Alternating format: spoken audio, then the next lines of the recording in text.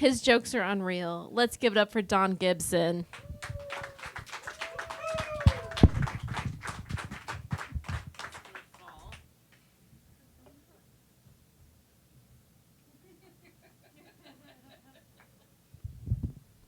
You're gonna die.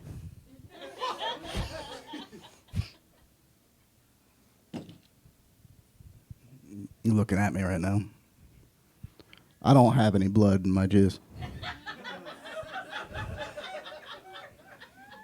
I know I fit the profile. I spend too much time prank calling my grandma. Which, if you've never done that, I highly recommend it. My grandma's amazing. I think she's magic. Like, I go to the store and buy a can of green beans. It expires in 2 years. But she'll saunter down to the basement, bring out a jar of tomatoes was sealed up in the Calvin Coolidge administration.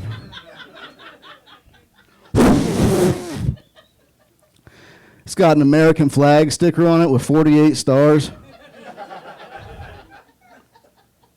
And she'll feed it to us. And it tastes fine. But let's be real, it's got ghosts in it. It's got to have ghosts in it.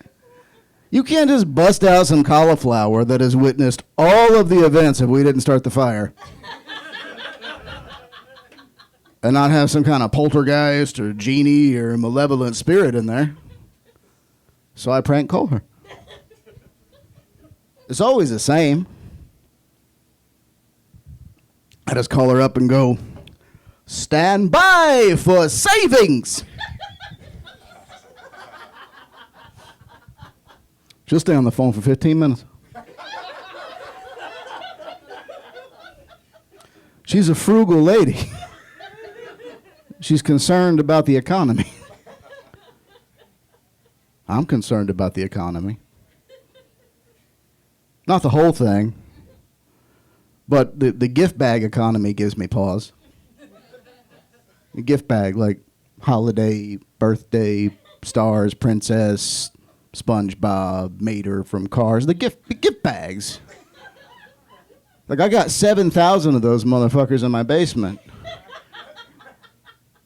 I don't think there's much need for new product anymore. Like, I think that's the only thing this polarized country is agreeing on right now is if you have a solid gift bag, you reuse it. I mean, you're going to have your Mavericks. You're going to have your deadbeat dads waltzing into Walgreens and buying a as seen on TV coin sorter for their kid's 7th birthday. That dude's going to buy a bag. But someone's going to reuse that too. At some point, the shit's going belly up. And that may seem trite and silly, but there's some American Greetings executive losing sleep over this shit. He's chain smoking. He's being short with his kids. Like, Kevin, shut the fuck up, Kevin! I'm sorry.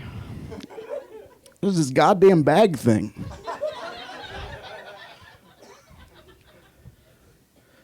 He's working night and day with R&D trying to engineer obsolescence into these bags. He doesn't have time to go to your recital, Kevin.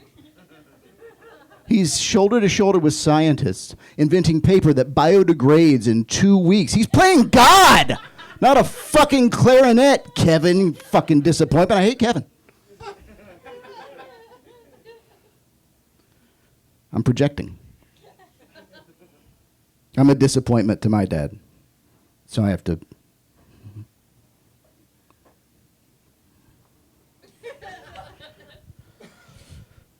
My dad, you see, like, I mean... I saw my dad when I was 10. I saw my dad win and lose a fight within 3 minutes. How am I ever supposed to live up to that guy? I was at a softball game. He was on third base, jibber-jabbing with the third baseman. There was a little shove, and then just overhand right to the dome. Just pow! Have you ever seen your father punch another man? It's the coolest fucking thing that could ever happen. It's amazing. Ever. Like, look, I've fucked at midnight in Rome. The windows were open, the chilly Italian breeze marbled my flesh. The mighty Colosseum winked to me from across the vineyards, and I thrusted atop this hotel room like mighty Apollo from years of old. And it's not even close. Not even close to watching my dad half sucker punch some beer league scrub into the fucking dirt. It makes me giddy. Even it's been 30 years. I'm bragging right now. Like, I'd put that shit on my resume if I could. But I gotta make a distinction, because I think most of you have probably seen a bench clearing brawl in baseball. Like, but it's probably in the pros, which starts the same way. There's a little one-on-one tuggle, and then both teams flood onto the field and start to rumble like it's the third act of The Outsiders. But a professional baseball team is like 26 dudes. There's no way that everybody on the field is into that fucking fight. There's dudes fucking mailing it in. There's someone out there just doing little shoves or some of that hold me back bullshit until stuff gets all cleared up. There's probably guys in the fucking dugout don't even know what's happening that get drug into this. They're playing Candy Crush and all of a sudden everyone floods out of the fucking dugout and they're like, what? Fuck. It's like a fire drill after lunch at your work. It's like, ugh. I just fucking sat down. You can't tell me those guys are going out and throwing hands with passion. But a mid-30s softball league is a different animal. That is less, I'm obligated to try to look tough lest I'm thought a coward, and more opportunity. The 35-year-old Midwestern male is a repressed creature. He don't sex as much as he wanna sex. He's probably worked at the same produce place that sponsored this fucking softball team since he was 16. He wants to hit everyone all the time. And here comes the elusive, rare, justifiable opportunity. So seconds after my dad threw the punch that I have a boner about right now, the whole other team just engulfed him and just started beating the shit out of him. But what I remember most is my dad's alcoholic friend Dale sitting next to me, who just activated. Like a fucking sleeper agent. Like fucking Jason Bourne with early stage cirrhosis. And he stands up, plastic beer in hand on the third bleacher, and leaps the fucking fence. He goes, I'm coming, Donnie! Runs with beer and fights with other hand. How was I not going to be a disappointment to this man? I, as a grown man, have characters I vocally bitch about mourning that have been written off of Call the Midwife.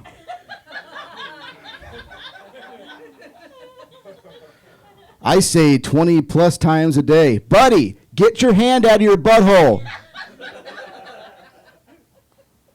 I have yard obligations. Not a hobby. They'll find me. They'll take my shit. I have to do them. So I know what edging is now. Both kinds. But I'm 42. Like, I mean, prolonging an orgasm indefinitely at this point is just a side effect of my Lexapro. So like I go a long time, but it's not like a good long time. It's like the 17th pitch of like a full count. It's like foul ball, foul ball, foul ball. Till eventually the crowd is just bored and they're like, do I have to fucking do something with my mouth?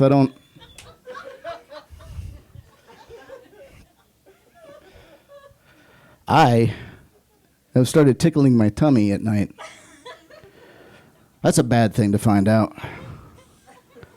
I woke up to just my wife's twisted, horrified face. This is a face of like a wife who just found the bodies of like 2 Boy Scouts underneath the deck or something, and she's just like, I thought you were boring. She just big-eyed and terrified and staring at me. I thought I pooped. And that would have been easy. Just my anus was supposed to instead of you move on with new sheets. But she told me I was tickling my belly. I tried to gaslight her about it. I was like, you sure like I wasn't doing sit-ups? Having a heart attack? Something? And then she showed me the video. And that's a happy man. I didn't know I was capable of the kind of joy, the innocence that I'm showing there. What happens basically is the layer or the couple inches of flub that now sticks out of my undershirts that I haven't replaced as I sleep, I begin to drizzle the tips of my, just soft, so soft. And I just coo. Like a newborn at an aquarium. Just until the sensation builds to I don't want to say a climax, but like a crescendo, and I have to sort of swat it away because it's too much. There's no victory or joy or success in my life that's ever made me as happy as I appear to be, tickling my tummy in my sleep. So when people ask how I'm doing, I'm fucking killing it.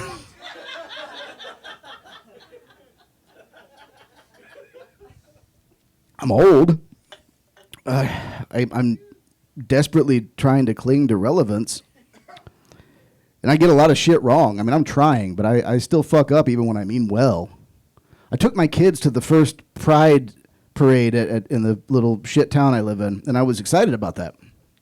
And I was getting ready that morning. I thought, all right, I'm going to wear the gayest thing I own. Which doesn't really make sense. That's not really a thing. But I meant well. Do you understand? Like, it's a stupid thing to say, but in the spirit of something nice. And I didn't have any like rainbow things or anything like that, so I was like, I'll wear my shortest shorts. Those are the gayest ones, right? It also makes no fucking sense. But again, like it's a dumb thing to say, but it's because it's in the spirit of allyship. You know, like I want to show my thighs because I love you fuckers. You understand? I'm with you. I don't understand a lot of things for the age I am. I just started to understand finances. Those are big. My mom never taught me anything but the wrong things about finance. She just spent money and spent money and spent money. And she was a part of like one of those buy 30 CDs for $1 clubs. You remember? Anybody remember those? Yeah. That might have been the one. But she, like, you sign up, they do that once, and then they send you CDs and bill you for the rest of your natural life. And that's fine. She's still getting CDs to this day, I'm pretty sure. But on one delivery, they misshipped, and so little kid me got his first CD because no one else wanted it. And it was a group called the Pet Shop Boys. Do you guys know the Pet Shop Boys? Okay. It's okay if you don't. They weren't like a multi-hit juggernaut or anything. And I don't want to say they were gay club music, but like, if you ever watched a movie and like someone does a tab of ecstasy off someone else's tongue or something, that's what's playing in the background. And I only knew one song off the whole CD. It was a song called West End Girls. Yeah, you know that one. Yeah, let's fire up the room with that. And I was excited because I'd heard it on the radio. And by God, I had it on compact disc, not cassette. compact disc. And I listened to it a ton. I made a dance to it. Like a whole choreographed dance. That's impressive. I'm sorry. I've done, give me nothing for it or not. I made a fucking choreographed dance to West End Girls when I was like 7. And my dad walked in on me doing it once. This is the same dad from the fight, if you need a frame of reference. And I'm just in tighty whities. And you know, there's some of this, but it was mostly arms. But the big thing was I would take guns out of holsters for each of the syllables, like West End Girls. And that was, you know, not what my father wanted to see. And I saw him looking, and he wasn't mad. He wasn't even disappointed. He just looked tired. Like you've been working for years on a project, and you just figured out it ain't going to go the way you hoped.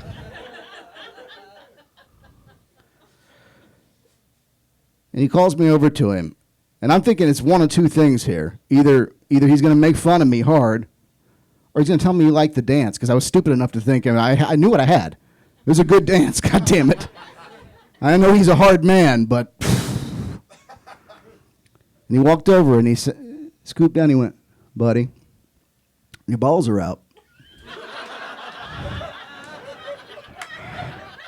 And they were. I mean, not all the way, but a good amount.